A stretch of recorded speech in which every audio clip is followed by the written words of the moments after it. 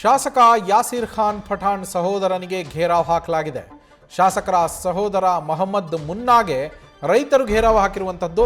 ಹಾವೇರಿ ಜಿಲ್ಲೆ ಸವಣೂರು ರೈತ ಸಂಪರ್ಕ ಕೇಂದ್ರದ ಮುಂದೆ ಈ ಘಟನೆ ನಡೆದಿರುವಂಥದ್ದು. ಶಾಸಕರು ಬರೋವರೆಗೂ ಕೂಡ ಬೀಜ ಕೊಡೋದಿಲ್ಲ ನಾವು ಬಿತ್ತನೆ ಬೀಜವನ್ನ ಅಂಥೇಳಿ ಕೃಷಿ ಅಧಿಕಾರಿಗಳು ಹೇಳಿರ್ತಾರೆ. ಆದರೆ ಶಾಸಕರು ಸದ್ಯ ದೆಹಲಿ ಪ್ರವಾಸದಲ್ಲಿದ್ದಾರೆ ಯಾಸೀರ್ ಖಾನ್ ಪಠಾಣ್ ಅವರು.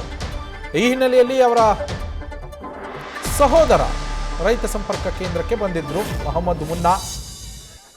ಆ ಸಂದರ್ಭದಲ್ಲಿ ಮುನ್ನಾ ಅವರು ಬೀಜ ವಿತರಣೆ ಕಾರ್ಯಕ್ರಮಕ್ಕೆ ಚಾಲನೆಯನ್ನು ಕೊಡಬೇಕು ಅಂತೇಳಿ ಬರ್ತಾರೆ, ಮುಂದಾಗಿರ್ತಾರೆ.